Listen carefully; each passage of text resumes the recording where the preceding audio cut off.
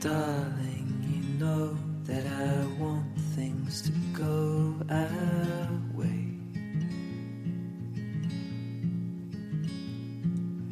I'll try to reach you to lean every single day.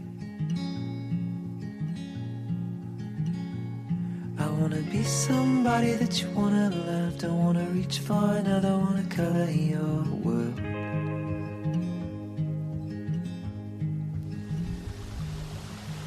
Superbe journée encore aujourd'hui, c'est extraordinaire. Un beau soleil et un vent chaud. J'adore ça. Je suis présentement pas très loin de l'auberge, près d'un ruisseau.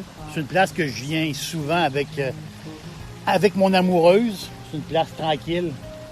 Puis, mais aujourd'hui, je suis seul. Aujourd'hui, je veux vous parler du cépage. Et la façon la plus correcte de faire la différence entre eux, c'est de comparer le raisin avec les pommes.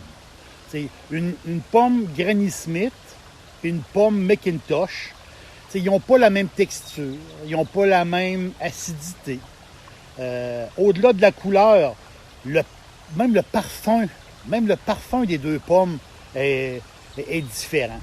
Un cépage qui me plaît beaucoup, de plus en plus, c'est la Syrah. Oh, si on dit la Syrah. Je n'ai pas trouvé encore pourquoi que ce cépage-là est du genre féminin. Mais en français, il faut dire une Syrah. Donc, la Syrah qui représente à elle seule, quand on pense Syrah, on pense à la vallée du Rhône. C'est un raisin un peu mystérieux. Jeune, ça va donner des vins croquants. C'est comme si on mordait dans du raisin lui-même.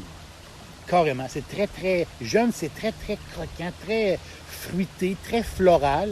Puis, avec les années, la Syrah va se transformer beaucoup. Ça va devenir un genre d'élixir, un peu. Là. Comme ça va devenir beaucoup plus riche. T'sais, les Français vont dire capiteux. La Syrah va devenir capiteuse. C'est un genre de concentré quand ça vieillit. En québécois, je vais le dire d'une autre façon. En québécois, la Syrah, quand elle vieillit, elle devient un vin qui chauffe. Un vin enivrant. Je vais le dire dans mes mots comme ça. C'est la vallée du Rhône, très reconnue pour les ermitages, les grands crus Hermitage. C'est incroyable. C'est sur des terrasses, la vue sur le Rhône. C'est un paysage incroyable. On peut prendre des photos là. C'est le centre. Si vous allez voir le fameux centre historique de Tournon. Tournon, c'est beau, ça n'a pas de sens. C'est incroyable. C'est un coin de pays superbe. Il y a trois appellations. qu'il faut retenir de l'Hermitage.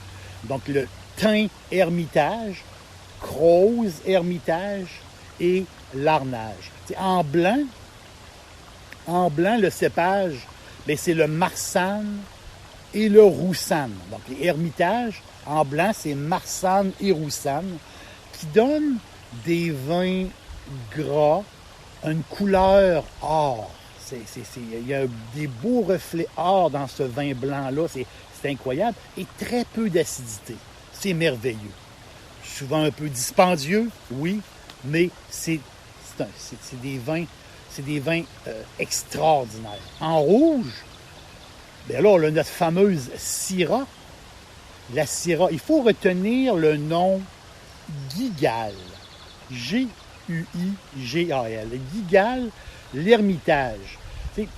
C'est Guigal ils vont faire un grand Hermitage. Hermitage veut dire, c'est 100% Syrah. Ça, on parle de grand vin. Mais chez Guigal, on a le Croze Hermitage. Oh, là, pour le tiers du prix, on a une Syrah tout à fait extraordinaire. Vraiment, vraiment très, très bon. Et là, c'est c'est là que vous allez sentir le côté enivrant. C'est là que vous allez vraiment le sentir, ce côté-là. Tu sais, les anciens du coin du Rhône disent que pour faire les meilleurs syrahs, ça prend de la chaleur, mais la syrah ne doit pas voir l'olivier. C'est un vieil adage du coin. Donc, la syrah est meilleure sur des terres chaudes, mais sans olivier.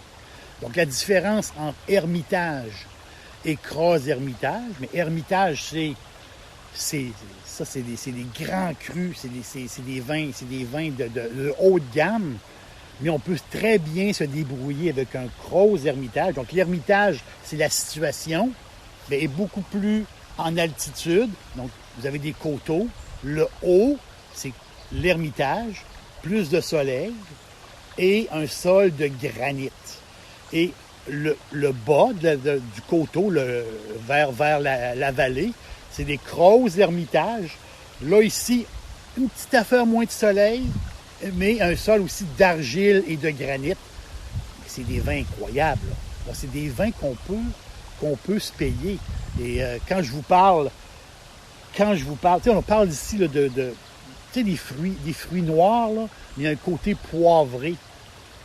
Ça, avec une côte de bœuf, avec du bœuf grillé, c'est fantastique.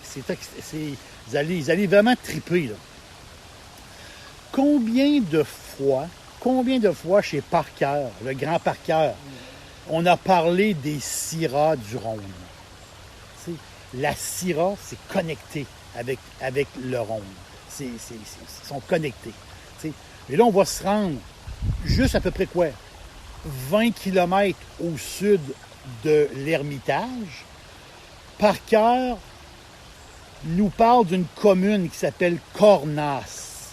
Cornas, C-O-R-N-A-S. Cornas, c'est une petite appellation. Je vais prendre des mots faciles à comprendre. C'est la Juicy Syrah. Juicy Syrah. Donc, Cornas, c'est bourré d'arômes. C'est une Syrah là, qui explose. C'est fantastique. C'est un vin qu'on peut boire maintenant, qu'on va être très satisfait. Quand on s'achète un Cornas, c'est un vin qu'on peut boire là. Il n'y a aucun problème.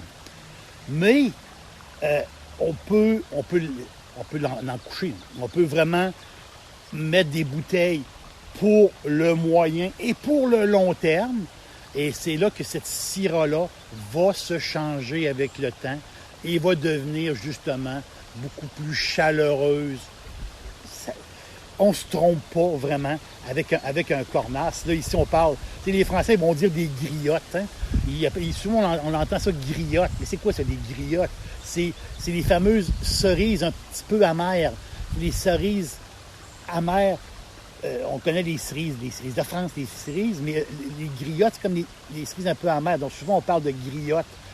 Oui, il y a des tanins, mais sont présents, mais sont quand même très, très doux. Donc, moi, je pense qu'un Cornas, ça peut, pour triper Syrah, pour vraiment là, se faire un plaisir Syrah, c'est Parker qui le dit, Cornas, on va être très, très bien servi.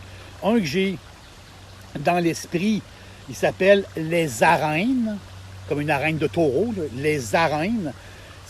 J'ai souvenir d'avoir bu une bouteille Les Arènes chez un ami. Lui-même l'avait reçu en cadeau. Donc, on l'a fouillé un peu dans ses bouteilles. Et cette soirée-là, on s'était fait tout simplement un beau gros burger là, avec une bonne boulette de bœuf là, juteuse. Là. Et là, on l'a ouvert, la bouteille des Arènes.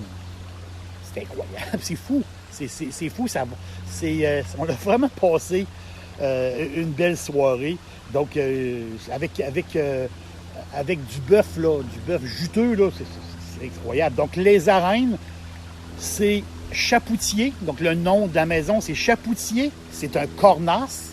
Les Arènes, vous allez triper. C'est une syrah. C'est une syrah superbe.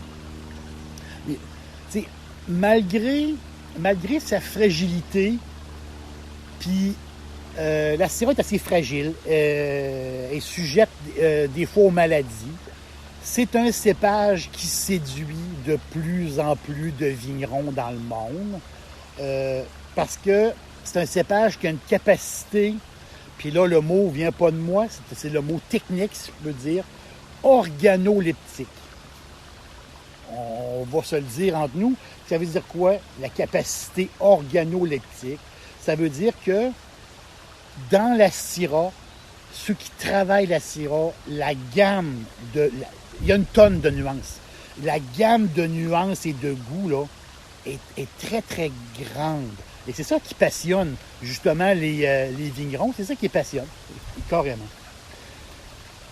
La grande histoire de la Syrah ne s'arrête pas là. La grande histoire de la Syrah s'est passée, oui, en France.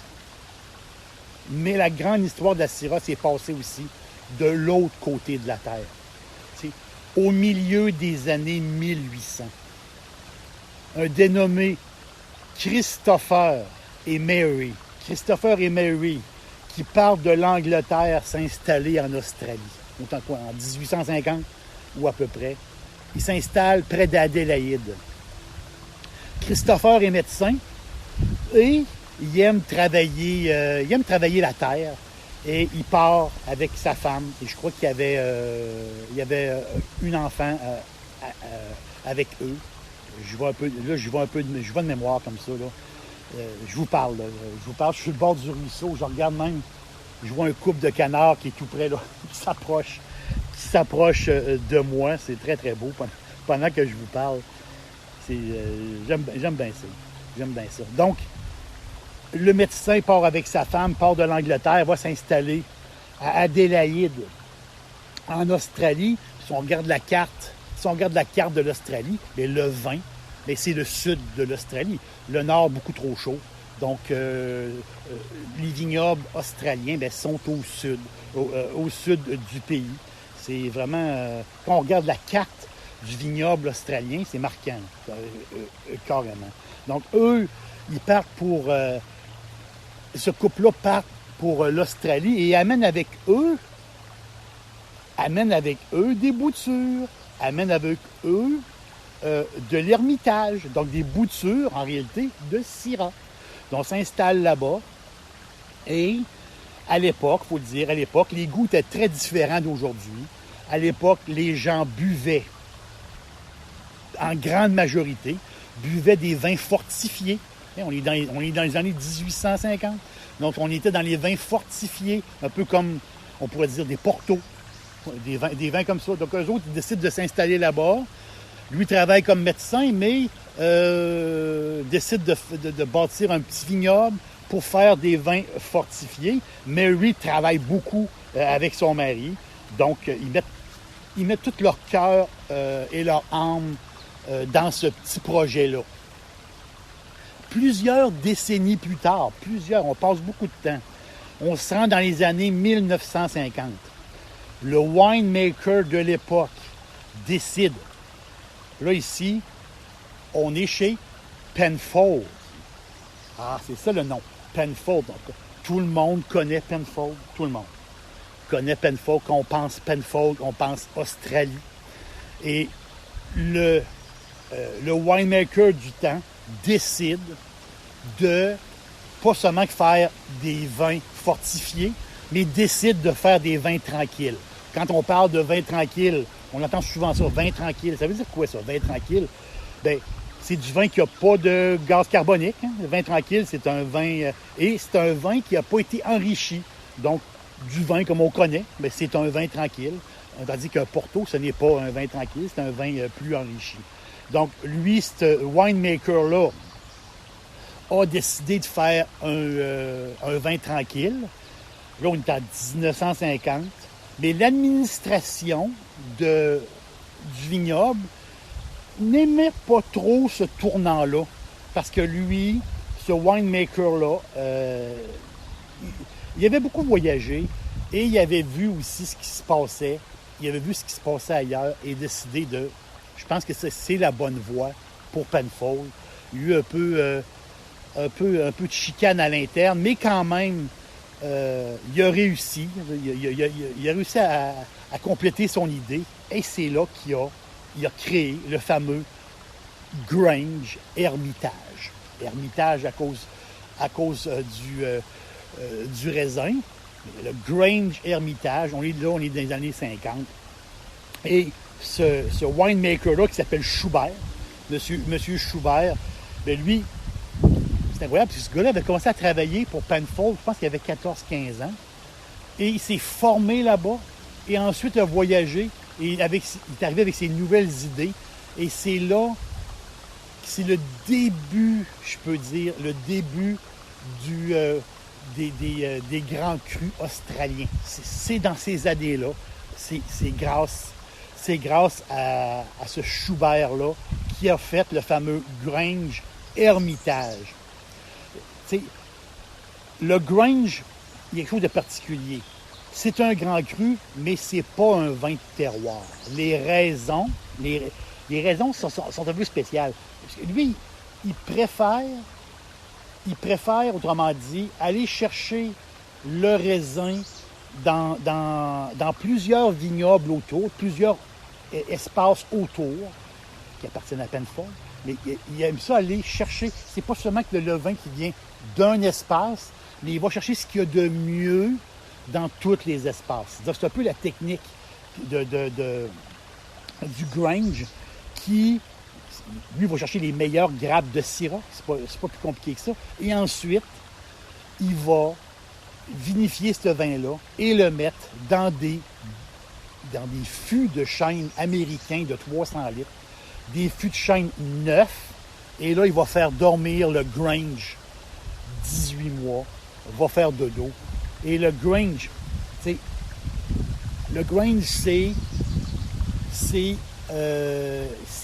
aujourd'hui, c'est mythique. C'est mythique, c'est une Syrah mythique, carrément.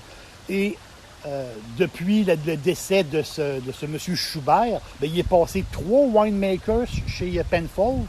Et le dernier des winemakers, je crois qu'il est encore en poste aujourd'hui, monsieur Gago, lui, il a touché, puis ça c'est excessivement rare, il a touché les critiques, plusieurs critiques, avec un 100 sur 100. Bon, imaginez un vin coté 100 sur 100, une Syrah australienne. Justement qu'à penser à ça, c'est tout à fait, c'est incroyable. Le Grange, c'est le premier grand cru de l'histoire de l'hémisphère sud. Son nom, c'est pas compliqué, son nom vient du cottage. Quand les amoureux sont arrivés en Australie, quand le couple est arrivé en Australie, ils ont acheté une maison. Et cette maison-là, le cottage, avait le nom, c'est un peu comme le surnom de cette maison-là, avait le surnom de Grange. Donc c'est comme ça. L'idée de départ du couple, c'était de faire des vins fortifiés, comme je vous l'ai dit. Mais dans le temps, les vins fortifiés étaient aussi utilisés comme médicaments.